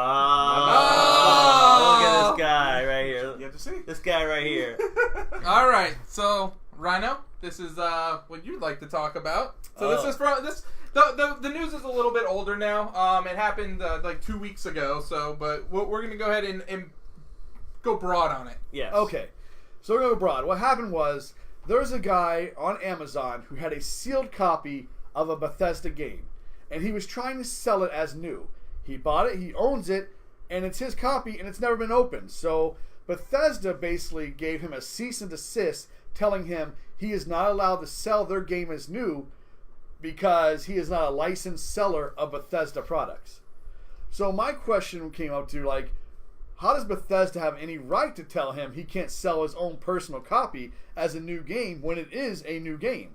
Who owns that? Who owns the rights to that copy? Do you own the rights to digital media, or does the company actually own it, and you're just paying to borrow? Well, that's even one up on it because that's physical media he owns. Yeah, that's even physical media. So it's even crazier. So I don't understand the whole licensing system or how they do that, but it seems a little messed up to me. But I mean, it also goes well inside of the fact that, like, when we were working at GameStop, we wouldn't allow someone to trade in a game that are sealed. That was GameStop's policy because it could be stolen. It could be. Right, that was the reason I had that policy. But it also could be Bethesda's policy as well. But Bethesda has no control because they're not selling it through Bethesda. He's not selling it through a company. No. He's selling it personally. He's selling it through Amazon, but it's his own personal product. Okay, it's like eBay. You know what I mean? Okay, but say the fact, like, we don't know if that's their own personal product. He right, and that's GameStop's policy. That's their policy. Now, what if he sold it like new? Would that have been okay? Probably. Would it have been? I don't know. I don't know. That's what I'm asking you. I think the new word is what really gets it. Yeah, but they don't want like new isn't new. I mean, was it the wording of it? Come on, man. I don't know. I really don't know. I want to go back to when PlayStation got hacked, and Jesus God, no. No, it happened. I'm gonna say like because the reason why was, if you don't remember, they took Linux off of PlayStation 3. Yeah. And so I guess some hacker group got pissed about that, and that's a better one. Because I remember Sony coming out and making a statement after that they said you don't actually own your system. Right, even your system you don't actually own. They said we own your system and we can update it and we can do whatever we want to it. And they do. So you tell me I'm paying $400 and I don't own my system? You don't actually own your phone. What the hell's that crap? I paid this much money. Apple owns your iPhone. No, bullshit. I own it. No, I don't care. You own the physical thing, but they can update it and brick it if they want to. Yeah. See, that's bullshit. Oh, I agree it's bullshit. I'm sorry. It's absolutely bullshit. If I bullshit. pay this much money for something, I own it. The company got their money, and you got their product. You know what I mean? That's what I feel. You know, like, that's where it should end. No, absolutely. I think the game was sealed, right? In that case, sealed, right? Okay. Oh, because Toby said, "Why can't you sell a non-sealed game? It's not against federal copyright laws." And in that case, it actually was sealed, and that's what he was trying to sell. Right, he was trying to sell it as new because it was a sealed copy. It was a new copy, and that's ridiculous. They gave him it's still ridiculous. Like, who cares who's selling it? Yeah. Like, I don't care if it was Amazon or if it was someone personal. Because Bethesda already got their money for that copy. Exactly. They already made their money. So and whoever he bought it from already made their money too. Right. So Bethesda's being like Bethesda because they want to do their own thing because they're not releasing their games on Steam anymore. So what game was it? I want to say it was Skyrim. Was he selling it for more than it was worth? Well, hold on. How do you determine that? No, was he selling it for more than retail value? I don't know. That could be. See, that's a good point because he's trying to make more profit. What does it matter? No, it does matter. Yeah. Because they have when they release a game, there's a suggested manufacturer retail price. Right. And I'm pretty suggested. Okay, but I'm pretty sure that retailers have to follow that. They don't. No, they don't. No. It's suggested. GameStop Babbage's back in the day Super Nintendo games. Let's talk about that back in the day at Babbage's. They would read like $80. Holy crap! $70 to $80. And you go to Target and find it for $50. So the suggested retail price was $50, but they jacked it up to make more money. Me and Ryan were talking about this earlier. That Super Mario cereal box in there? Yeah, right there. $1.50 at Publix. You can get it on clearance rack right now. Right now on eBay? Yeah, right now on eBay, $15. Sealed? Sealed. Is Nintendo dropping those cease and desists? I don't know. Oh wait, or Kellogg? Who makes that thing? Post Kellogg? One of them. Some of them. But who owns that cereal box? Do you? Damn straight I own that cereal box, and I own the amiibo in it. But that's what I'm saying though. Like, so you tell me, like, if I buy a product or whatever. But I agree with you, Toby. You should be able to sell a sealed game. It shouldn't matter. You're not breaking any laws. Yeah, you're for not real. breaking laws. I mean, if you did a yard sale, no one would care because no one would know.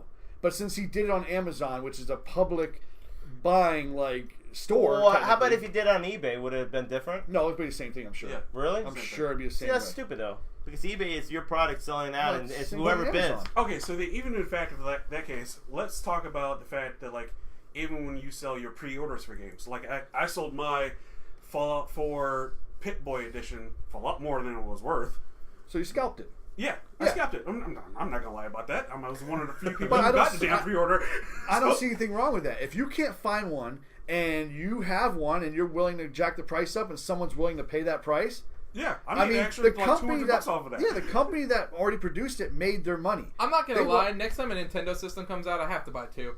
I'm gonna jack one up. Yeah, I mean, it'll pay for my first one. No, it does. I thought I would Switch. Honestly, because honestly, every single time a Nintendo system launches, if you would buy two, you can sell the one on the next day because they're always sold out.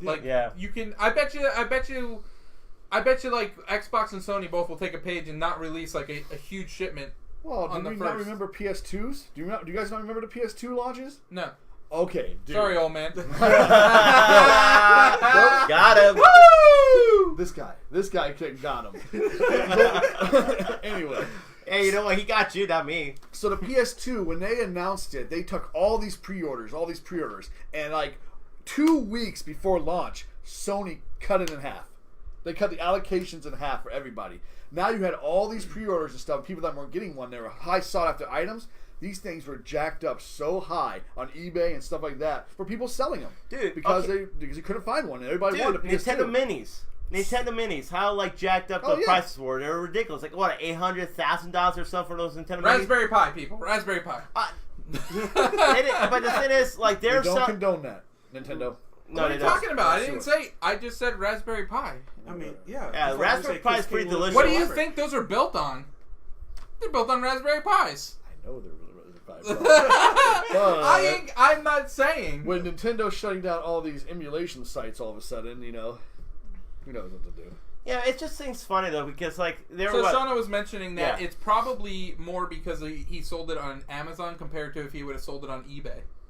I think they would have been the same way, even if you sold on eBay. But is Amazon a licensed dealer, and then they're selling? You see what I'm saying? Is that the issue? Because maybe Bethesda's selling their games through Amazon, and so that would be. They don't want the competition from themselves. Themselves. I can see that actually being the case. Maybe that is the case. Maybe. I mean, they didn't go into that kind of detail on if that was the case. Honestly, man, no one's ever going to read the end user license agreements. No, but who knows what's actually in there? Because I've never read it. About Human Centipede. Oh my god! In that South Park, yeah, it's nobody reads. I'm not going to go through my software. I'm not going to read. I'm not going to read crazy, all who that. Who writes that anyway? Who writes all that Lawyers. crap? I know, but it takes forever, man. There's how many, 20, 30 pages of that? There's there's canned ones that are out there. Right. They probably, honestly, they probably write it for one software company and they use the same template and then you just replace the business. Sorry, we're not all butters. We don't read every single fine print of the... I don't know if you got that reference. Like Nintendo, in theirs, it probably says we now own your wallet because basically they do. Oh man! I mean, But here's the thing: would you? I don't know. I don't know. Like, what do you mean? I don't know. Come on. I was trying to go somewhere with this, but I couldn't figure it out. Don't worry about it. Keep going. I just say though, like I guess maybe if it was somewhere like eBay or something like, it might be different. But I think you're right. With Amazon, it is kind of competition, and maybe that's why. One of the biggest offenders of let's go stick on the digital stuff though. One of the biggest offenders of that back in the day was Apple. So if you bought back in the day, like I'm talking like early to mid 2000s, if you bought anything on iTunes, you could only use it on iTunes devices. Yeah, and so they had a really strict DRM policy, which everyone like complained about, and they eventually made all their music DRM free, which is great. So now you can play it on any device if you purchase it on iTunes, which is awesome. Which is kind of went to the wayside anyways because you got Spotify and Pandora and whatever. Yeah, but that's the same as like Nintendo and Sony and Microsoft. That's proprietary to their system. If you buy an Xbox disc, it won't play anything but an Xbox. You know what I mean? It's kind of the same thing. Yeah, but I honestly, just because it's music and it's more diverse, you listen to it, but it's the same deal. If you buy something from that company, it's for that machine. But I think maybe in the future. And maybe in the next round, it might be a little different. Maybe. I'm thinking because literally, I mean, if an indie game comes out today, or like a game like Fortnite is out right now, you can literally play that on everything. Yeah, everything. But it's free. And for the most part, your stuff transfers around in the accounts. For the most part. For the most part.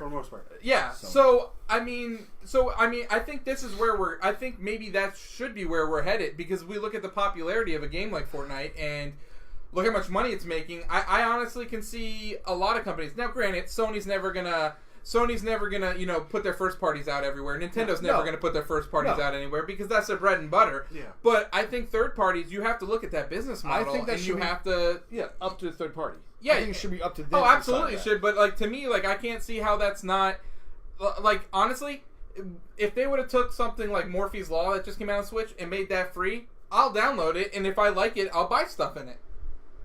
But you know what? At $20, I'm not buying it to try it. They need to have a demo. Did you know about that free-to-play game on PS4? I forgot what it's called, but it came out like last week or 2 weeks ago, and it's actually not a full game release, but you have to pay $75 just for you to play the early access of it. Yeah, good luck. I was like, are you fucking serious? Good luck with that. Like, your game's not even out yet. Your game's not even finished. But you're making me pay $75 for a free-to-play game that's when it comes out, it's going to be free-to-play. But you make me pay $75 first. You know, that's like access. That's like Paladins. That was like you could have played it in June on the Switch, and it was the Founders Pack for $30, or you just wait 2 months and it's free. Yeah, but it's not. That's what I say. But it's not because if you play right now the free version, you only get like 6 characters to choose from when you have a whole array of characters. What's an array? A lot. There's already like 20, 30 characters in there. Yeah, but okay, let's be honest. Would you actually use every single character? You'd probably find a main. I play Overwatch, and I probably use about 6 characters. Well, there you go. You got your 6 for free. Boom. No, they switch it out all the time. Oh, they switched the free characters out? This week, that's messed up. That's messed up. That's how they get you to buy it, of course. So, kind of along the same lines, did you see the new Rocket League update came out today? Yeah, what is it? It's the progression system. So they completely overhauled the way experience and progression works for leveling up. They also added the Rocket Pass in there. So it's finally available, huh? Yep. $10 every 2.5 months or whatever? Yep. Rocket Pass is available now, so that's in there. I am a fan of the passes. I'm going to be honest. Like Fortnite, I think that's a cool thing. Do you get to keep it? Yes. So anything you earn in that 2.5 months... What if I don't earn it? Then you don't get it. Too bad. See, that's messed up, though. Well, you're going to be playing the game anyway. If you're not going to play the game, why are you buying a pass for it? Yeah, but if I'm paying $10 for the pass, why can't I have like the lifetime of I own the game? Because it keeps you playing. $25 for a Fortnite pass. No, it's only 10. Is it 10? I thought it was 25. No, my kid buys it. It's only $10. Oh, okay. Yeah. It's a month though, right? 2.5. 2.5. 2.5. 2.5 months. 2.5 men. 2.5. Well,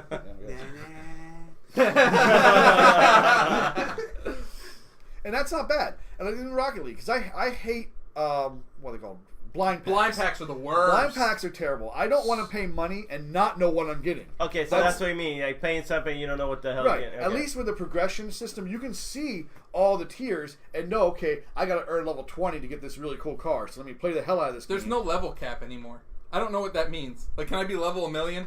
Probably, yeah. Probably. What are you talking about, Rocket League? Yeah, no more level cap. And the progression doesn't slow down anymore after 20. It's like all like... Oh, it's all the same now? Yeah, it's all the same That's now. That's why there's no low. That's crazy. Going. Yeah. So yeah, so there's a lot of new stuff in Rocket League. So yeah, if we ever see us, man, in Rocket League, man, come on, challenge us. You know what I'm saying? Oh, the slightly off topic crew. Oh yeah, definitely. Man, you're gonna make me rage quit, Pete. I mean, is your game updated now? Oh, yeah, it is. That's I forgot. There's actually clubs now. There's clans. Is there? Yeah, what? There's Rocket League clubs. So we can actually be the slightly off topic crew, baby. Oh yeah. Signing on tonight. Oh yeah. Bring it. That's pretty. Bring it on, Sissy Pantses. That's pretty awesome. So you'll catch us on PlayStation 4. Our clan name will be the Slightly Off Topic Crew, and yeah, come get wrecked. Residue wreck. Maybe. We got Peter playing with. Oh! Let's be real. All right, dude. But you got me and Chris, man. Oh, dude, you should have seen this goal Chris had the other day. Let me tell you, it was a thing of beauty. I'm on the wall, right? Hit it towards the center. Chris driving the same way as the ball. Does this like little half flip thing, hits it with his rear, and just like taps it up into the top of the goal. And I'm just like, I don't know how you did that, but it was awesome. And by the way, Rhino, if you don't always go solo when we play, you know, like, we wouldn't be losing all those times. Remember? Come on, you know what I'm talking about. Solo? Pete. Let me explain Pete's gameplay. Oh, I have the ball going after it. Here comes Pete. Oh, Ant, you're going after the ball. Here comes Pete. This guy always used to leave the goalie. Pete never plays position. No, you never. Pete never plays position. This guy never played position. Pete would be the guy tackling his own player on his team. Yeah. It's like, give me that ball! Give me that ball! I score touchdowns. I used to do that in the beginning. I remember I used to do that in the beginning, but later on I got better. This guy, every single time he would goalie, we're getting killed, and he would go in and try to score and leave the goalie open, and then I'll defend Rhino on this one because he has gotten better. You have to. So what we've learned, and we're not going to give you guys like a lesson on how to play Rocket League here, but we are. So if you're covering net and you're playing 3-on-3, when you move up, you say, "Hey, I'm moving up," right, and someone else goes back and covers. Because let me tell you, if all three players are in the offensive zone, your ass is getting scored on. Yeah, every time. It don't matter. For the most part. Yes. No, every time. Every time. Every time. Also, I will say the one goal I think you forgot to mention is the fact that the one you hit towards the center and I backflipped and hit it in. That was what I was talking about. Oh, you didn't say the backflip part. Well, you said you hit it with the rear. So. Yeah, with a Pele kick. Yeah, it was a bicycle kick, but he hit it with the ass end. And oh man. No, I hit it with my front end. Oh, was that the front end? Yeah, I drove out, so my back was towards the goal, and then I just backflipped it. It was so sweet. It was so sweet. Too sweet? Too sweet. Too sweet. Oh, Jesus Christ. Don't hate, man. Don't hate, man.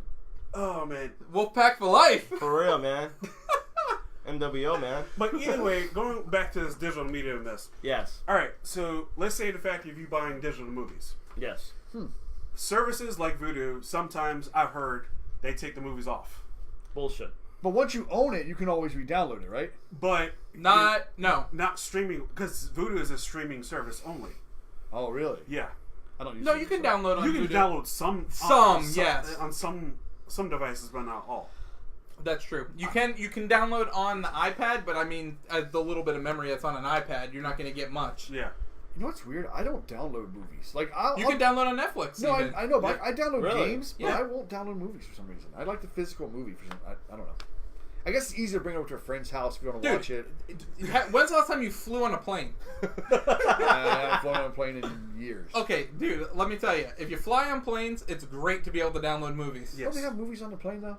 No. Why would you pay like $20 to see a freaking movie? Oh, they actually cost. I haven't. Yeah. When last time I've flown, the movie was free. So it's been many years. It cost you like maybe years. 30, 40. No, yeah. It cost you like $20 to use the freaking internet. Yep. On the damn airplane. That's why we download. Yeah. That's stupid. Yeah, it's beyond freaking stupid. That is just ridiculous. It's beyond evil. Might be. Beyond good and evil. No good in that. So let me get this straight. So you buy physical movies? I do. I buy my Blu-ray disc. Yeah. Why? When you can get it 2 weeks early on digital? Well, for one reason, I don't buy when it first come out. Most of my movie shopping is done on Black Friday, which is now called Black Thursday, apparently, because everything's on Thanksgiving. Okay. So I get my movies for dirt cheap. And I just stock up one big time. Okay. Okay. By the way, that makes me so mad when these stores are opening earlier now on Thanksgiving, just to freaking. Why? Why? Because I'm still eating my damn turkey dinner. Okay, I don't. So don't go. Don't go. Yeah, but I miss out on good deals. So then go. Go Cyber Monday. So if Rhino's going, you get, hey Rhino, here's a fitty spot. Pick me up this. Oh, you know what? That's a good idea. I can do that for you guys. I go every single. I love it. You know what? I love the crowds. I love the madness. So I don't mind going. I mean, it's like midnight showings back in the day. Yeah, exactly, dude. It's just crazy madness. People getting fights, arguing over shit. It's great. Yeah, I don't do that bullshit. No, I don't do it either, but I'll watch someone do it. I don't give a fuck what I'm trying to go Here's for. the thing. I'm never gonna get a fight. There's nothing. Not worth. While I was doing, my duties or whatever you want to call it for working in retail. Yes. And I had to work on holidays. Yes, it sucked. Big time. But you know what? I did it. I had to deal with it. And Black Friday is, if the store is going to remain open, Black Friday, unfortunately, is a necessary evil. So get used to it because that's when your company makes its money. That's the brick and mortar policy. If you realize, that everything's going online. Unless you're working at a grocery store like me and Ryan, we are dead as shit on Black Friday. That is true. You guys close early though that day, don't you? No. We're open regular hours. Oh yeah, Black Friday. We're closed on Thanksgiving. Yeah, you are closed Thanksgiving. But it's not Black Friday anymore. It's Thanksgiving Day. They don't do it on Friday. I mean, they still do it on Friday, but if you go on Friday, it's unpicked over. And Toby said some of us love working Thanksgiving. So see, there are people out there that like to work Thanksgiving. No, I don't like working Thanksgiving. I want to eat my damn turkey dinner, watch my football, relax, and then go shopping maybe later on night. I'll work at Thanksgiving. I will not work at Christmas. But that's me. That's you know what though? I gotta agree with Toby though. If your thing is like sales and like you love selling stuff, that's your day, man. Yeah, absolutely. That's bread and butter. That is your day. Yeah. Man, I remember some mornings working at GameStop on some of the Black Fridays and dude, remember when we had those Wii's in? Oh my god! Dude, we from like 6 in the morning till like noon, we had a line literally going from our counter into the mall. Like we had to have somebody standing inside the mall making sure no one was walking off with our stuff. Remember Halo 2 launch? Oh yeah. Yeah, dude, you know what I'm saying? Stuff like that. It's crazy, man. I remember working Black Fridays. I remember I used to be like sign up for like, hey, yeah, somebody work me all day. I'll work all day. I'll work all day. And I'd be crazy, man. But like Ryan would be like, what the hell are you doing? I'm like, I don't care. Who's working? I think the day goes by so quick, though. Yeah, it does. Because you're constantly busy, so the day goes by so fast. So, do you think, though, with Black Friday and Black Thursday, I mean, I know we're going a little off topic. Always. No pun intended, or pun intended. Always pun intended. Whatever, pun intended. But do you think that actually digital, what was I going to say, like going online sales is kind of... On Cyber Monday? Cyber Monday, or even just like, because even had deals on those days, too, on... like online, do you think that's kind of stopping all this chaos from happening? No, it still goes. It still happens. Yeah, it still happens. I'm not a fan of Cyber Monday, and here's the reason why. Because, okay, for example, Amazon, right? Yeah. You are one of how many millions of people that are shopping at Imagine Amazon being a brick and mortar, and you're trying to cram 1 million people in that store trying to buy the same thing at one time. You know what I mean? It doesn't work well. Well, yeah. Well, not only that, it probably already sold out by the time. Right. By the time you get to it and you click on it, it's already gone. I feel like sometimes Black Fridays, the deals are overhyped anyways, even into Cyber Monday. Yeah. Sometimes, like if you, like, they try to, like, put TVs on there. It's like, how many damn TVs can I buy? Well, it depends on what you're looking for. TVs are good price. Software is a good price. Movies are good price. If you're a gamer, that's your time to wait. Oh, to be honest with you. That's what I'm doing. That's what I'm doing this year. I'm buying Spider-Man, and everything else is going to be Black Friday. What the shit? No, I'm serious. Really? Yeah, dude. Why not? Here's the thing. How many games are you going to be able to play? I got Dragon Quest 11 coming out I want to get. I got Tomb Raider I want to get. Spyro I want to get. Mario Party. I will pick up Mario Party because that doesn't go on sale anyway. But I'm just saying. Nintendo games never go on sale. No. But I'm just saying. All these games, if you get them now, you're paying $60 a piece, and then like a month later, they're like $30. Okay. Why don't you just wait for the $30 price? You won't play it anyway. Beyond Detroit, Beyond Human has not gone on sale. Yeah, it has. It's already gone digital on sale. Sony already had it in the store. $35.99. $35.99 now, as in like. Yeah, it was like the last like week or two. Yeah, last week. So for like pretty much. No. When did that game come out? 2 months ago? May. I know. I had to wait a whole like year and a half for Horizon Zero Dawn to go on sale. So 3 months. 3 months. If you would have waited 3 months, you could have got it almost half off. No, I don't want to wait. Well, that depends on how I have a game. Like Spider-Man, I'm not going to wait on. Spider-Man, I am getting day one. But everything else, I can wait on. I have a game coming out every week starting next week. Okay, and let's be honest. Are you really going to play and beat all those games coming out? Yes. Watch me. I know. Yes, he will. Yes, he will. Yes, he will. Make that deal. I'm talking to the wrong person. Come on, bet. No, I'm not betting. I'm not betting. I know. I already know. Come on. I already know. You binge play. Come at me, bro. Like, he'll beat a game in one day. Like, how the hell did you play it through it? Can you beat Octopath Traveler in one day, though? That is the question. I'm at like 45 hours and I still have like... Holy crap, 45 hours to put in that game? Dude, you think that's a lot? That's nothing. Dude, go see my Zelda playtime, bro. How many hours you got in that? 170. Holy shit, Come at me, bro. Damn. Okay. Probably not as much as put in Perfect Dark, man, back in the day. No. Dude. Well, I don't... That's multiplayer compared to single player, You can't consider multiplayer, because I'm just saying, though, man. I put a lot of hours. What about Melee? A lot of hours in Melee, man. You know what, dude? I'm going to probably put a lot of hours in the new Smash Brothers game. Yeah. A lot of hours. In that. Just because you have to unlock all that stuff. Dude! All that stuff's not available. 103 damn levels. 103 levels? How many characters? Like 60-some characters? No, more, probably 70 now. Well, Shauna prefers to play board games, unless it's Overcooked, right, Shauna? I know you like playing some Overcooked. Well, okay, Shauna, what kind of board game do you like playing? I love board games. Probably. No. There's better board games than Clue. Like, if you guys like Clue, you guys should try Mystery of the Abbey. It's like Clue, but it's better. Yeah, question. What board games do you like to play? Huh? Oh. I mean, do you like playing Game of Life? He likes Fireball Island. I love Fireball Island. This guy? Yep, loves it. I actually... Okay. I did spend a little bit of money on the Kickstarter and Fireball Island remaster. How much, Ryan? How much did you pay for a board game, Ryan? Ryan, how much did you pay for a board game? Look. You get 3 expansions. No, you don't have to sell it to us. Exclusives. You get the board game. It's a 3D model. Dana, if you're watching, I'm sorry. She already knows. She already knows. It don't matter. It was $130. Oh my God!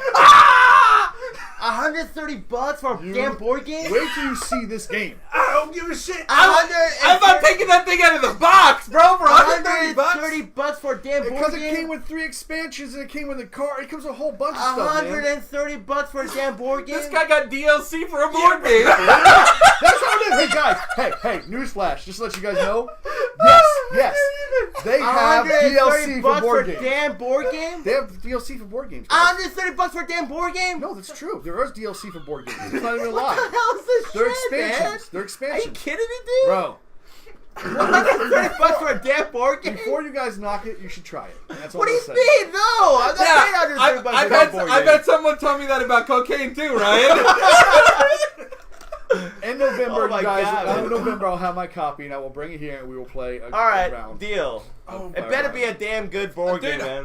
Actually, awesome. Here, I'll do you one up. Awesome. We will live stream us playing this damn game. Oh, that'd be great. Yes. That'd be great. And we'll let you know if it's $130 worth. Look, I'll be honest with you. To me, it is. I will not normally pay that much money for a board game, and the only reason I did it was because, as a child, this was my favorite game. And they said they were going to remake it. Okay. And you can't find Fireball Island anymore. If you find the original, it goes for like $200 on eBay. So, at $130 with expansions and remade and remaster and all that stuff, it's not a bad price for nostalgia. Oh my God. That's a lot of nostalgia, bro. It is. It is a lot of nostalgia, but it's going to be fantastic. Would you pay $300 for Steel Battalion? No. Actually, I own Steel Battalion. How much did you pay for it? I traded Brute Force and Halo for it. God damn, who did you? The kid was trading in the GameStop for those 2 games. And I was like, dude, I have those 2 games. I'll give you those 2 games for it. He said, okay. All right. Perfect. The kid is dumb. Dude. That's highway robbery. Fireball Island, The Curse of Volcor. The last. That's the new one. That's the new one. Yeah. How much did that cost? It's because I got the full set. Kickstarted Fireball Island. It's going to be like $60 when it comes to the store. That's not $17.27. Bullshit. I swear to God. No, that's the Last Adventure expansion. It's normally $25. That's just the expansion. That's not the game. Okay. That's the Last Adventure. Okay, I was about to say. I cannot wait to live stream this. Oh wait, hold on. Pause. Okay, I think I found it. Is that it, Ryan? Pre-order. Yeah, like I said, it's gonna be like $75. That's gonna be the regular. And then 3 expansions. But the special price, $52.49. Yeah, but I'm saying if you went to like Dark Side Comic Books, you're gonna pay $75 for the game. That's how much they charge. Do you have it? What? Yeah? No, they're not yet. I get it before it comes on. So why is it on sale? Because it's pre-order. Oh, so why are they putting the pre-orders on sale? Because you can pre-order it now. It comes on November. They're putting pre-orders on sale on sale. Yeah, I know, it's weird. I don't know why they do that. The regular price is $74.95, like I said, but and special price there is are some $52. Kickstarter exclusive stuff that you get that you can't get in the stores. That's another benefit of Kickstarter. If your name's not in have you guys ever done? If you guys have never done Kickstarter, what? Have you played Smash Up? Yes, I have Smash Up. Okay, can you explain Smash Up? Because Shauna said she just bought it for us to play. Oh, we have Smash Up. Basically, what it is, there's 8 different. You can buy expansions for that too, guys. DLC for board games. Oh but my God! It starts out with 8 different like classes. Basically, you got like dinosaurs, ninjas, aliens, but you take 2 of them and blend them together. So you could be like dinosaur ninjas. And so you have cards, right? That sounds pretty awesome, actually. I'm not gonna lie. So you have these cards, and you have these things called bases, and you play the cards on these bases until the bases bust. And if you have the most cards on that base, you earn the first amount of points, the second amount of points, and the third amount of points, depending on who has more cards on that base, until it adds up, and who has the most points wins at the end of the game. It's a fun game. Dinosaur ninjas. So it's like Scrabble? No, nothing like Scrabble at all. Not even close. I don't know where you got that from. So how the hell did... you add up points. Whoever has the most points wins. So did these dinosaur ninjas throw in ninja stores at...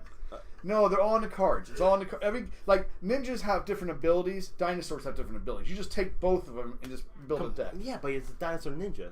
Well, that's what you call it. I mean, it's not really a dinosaur. Here's the real ninja. question, though. What? Can the dinosaur have a longer reach when he's a ninja? Not if he's a T-Rex. Or does he still have the little little, hands? like, Little hands. hands. Depends on which dinosaur you. Can you be a velociraptor? If it's in the cards. Can you be a stegosaurus? I will bring Smash Up next week, guys. So what it's all about. So anyway. So do you tell me Fireball Island is the best board game ever? I'm not saying it's the best board game ever. I'm saying it was my favorite board game as a kid. That should be in our top 6 one time. I'm surprised they even had board games when you were a kid. Just throwing it out there. I mean, chess is pretty old. I would have got that. I mean, or maybe like checkers. Yeah, yeah. Maybe Tiddlywinks. Tiddlywinks. We played Jacks, guys. We played Jacks. Oh my gosh. I played Jacks too, but anyone wants to play Mortal Kombat 2? Good one. Oh man. Well. So, would you guys like to throw in anything on there about digital media before we wrap it up tonight?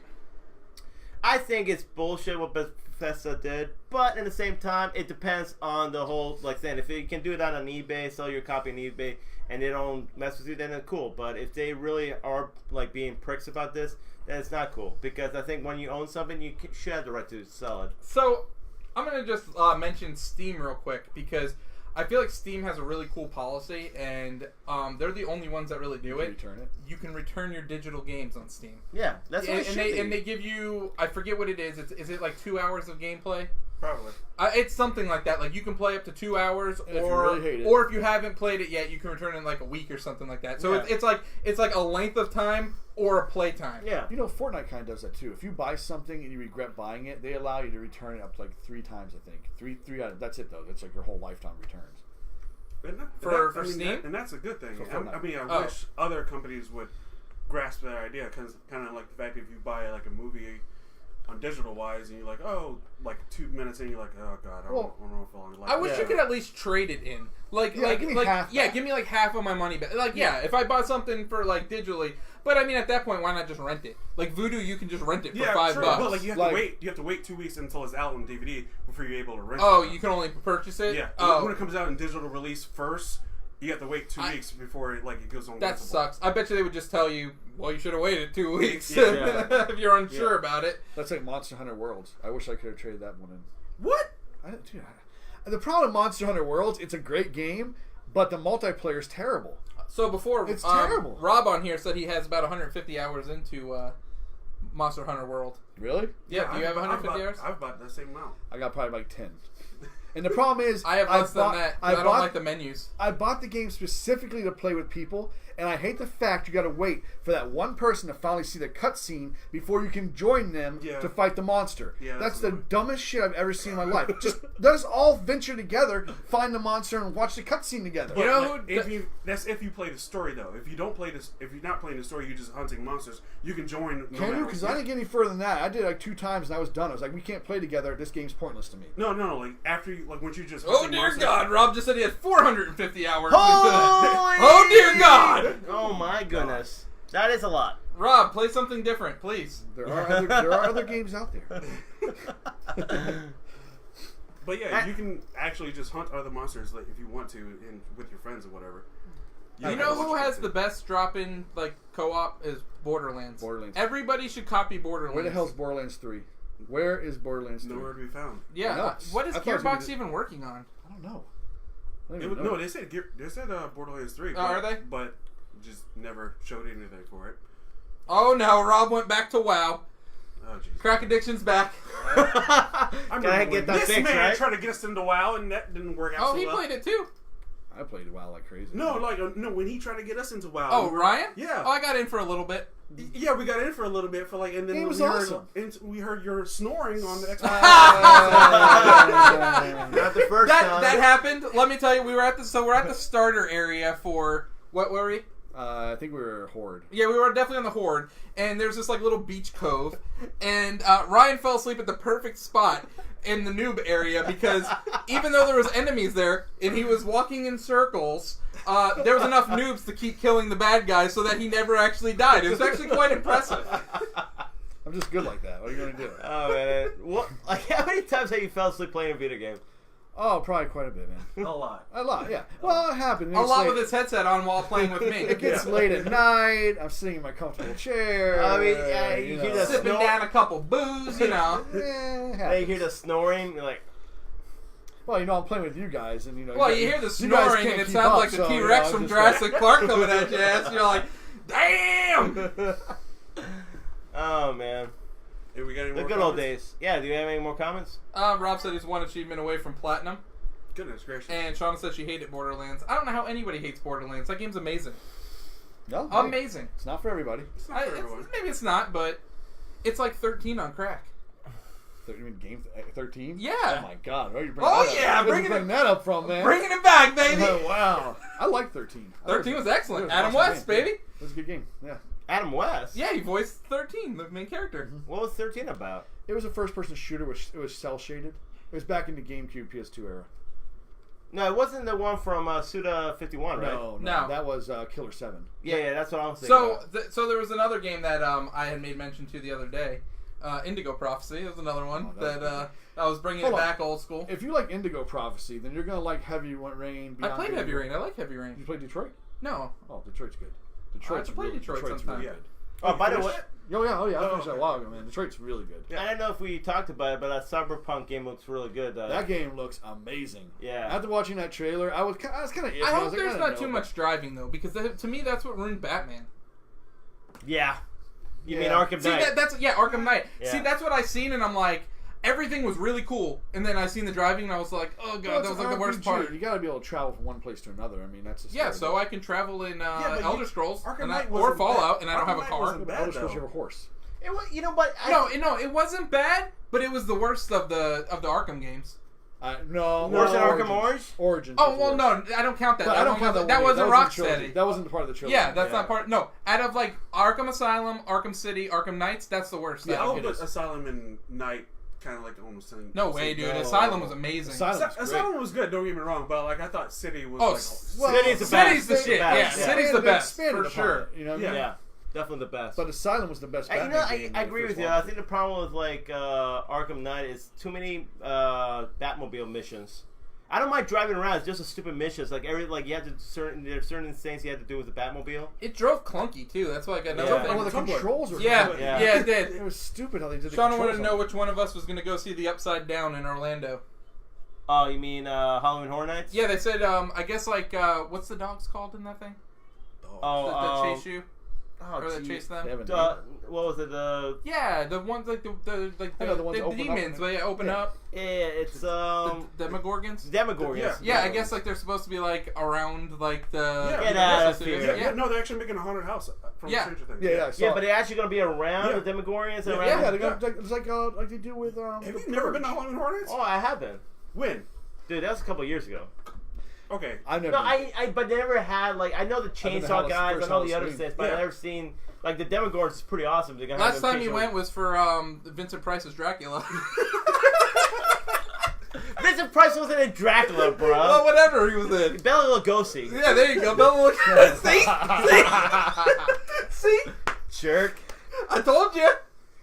Yeah, but he could have got the old joke right, by the way. You know, he could have Yeah, but that just proves that I'm not old. But you have to understand, this is maybe I did it on purpose. Universal's going to step up their game. This is what they do. This is the shit. What other houses are they talking about? They have 10 houses this year, which is most ever. Okay, guys, I'm just going to let you know, if you do go there, you need to buy the Fast Pass. Oh, absolutely. I know it's like $125 more. Poltergeist? Poltergeist? Halloween. Yeah, going by the comments here. Nice. Poltergeist, Halloween, Stranger Things. Purge is going to be there, I think. The Purge is there every year. Yeah. Is it? Yeah, they do the streets. They go on the streets and they purge people. You know which one I liked? I liked the Alien vs. Predator haunted house one year. That was pretty cool. Yeah, that's pretty cool. What else are they going to have here? Walking Dead, probably. No, Walking Dead hasn't been there for a couple years. Really? Yeah. Wow, that goes to show how popular it is. So, you know what I'm saying? Went downhill. Dark Souls. That'd be cool. The Shining? Isn't The Shining, I think? No. Halloween 4. Halloween 4? That's a Halloween. Halloween 4? Like the movie? Yeah. Return of Michael Myers? Better not be a Halloween 3. Oh, that movie sucked. I don't care what anybody says. That's not a Halloween movie. No, that's not. I'm sorry. It's not. If you call it something Horrors of Blumhouse, not Purge. Yeah, no, pretty much Blumhouse Pictures, whatever Blumhouse puts out, because they put out a lot of shit like Sinister and like they do put out Purge, so that could be sprinkled in there somewhere. Yeah, I definitely think you need to get a fast pass if you're going to do that, because like there's no way you're going to get to Stranger Things haunted house. It's probably going to be 4 hour wait. Well, no, as long as I've seen it was probably 2 hours. Seeds of Extinction. What's that? I have no clue. Some weird I'm just letting you know. Yeah, I do like Halloween Horror Nights. They are really fun. It's like $140 just for the fast pass and for you to get your bracelet. Oh my goodness! Yeah, but it's worth it. It's Happy Death Day, and if you're only gonna go one time, everything. you see everything. I know, man. That's a lot of money, dude. Well, that's why I don't go.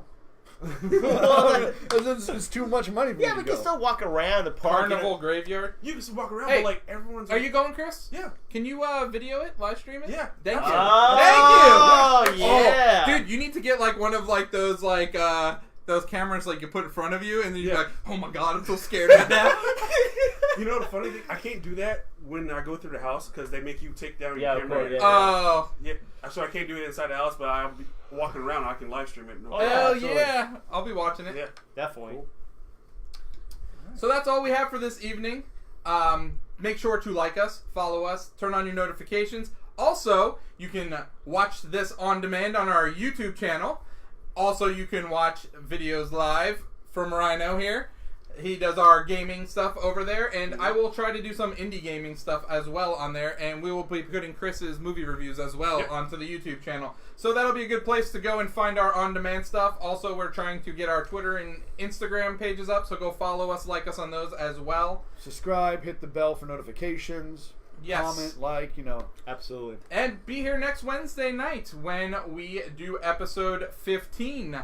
We will be talking about our favorite upcoming shows of the fall, the ones that have not been so this will be the out before. Yeah, There'll be new ones. New ones. All new shows that are going to be coming out for the fall. So, anyways, till next week, I am the Real Ant-Man. Rhino. E-Tap. King Black Jerry. Be sure to catch out my movie reviews for this week for Searching and Ken. Come out Friday, so be sure to look out my free reviews. Hey, how's Happy Time Murders? Oh god. Wait for the review. Wait for the review. There was a review. There was a review. You already did it? Oh, yeah, the review came out for it. And yeah, it was trash. And the reason why, don't need to. But either way, be sure to like our reviews for Searching and Ken this Friday. All right. See you guys. See ya. Peace.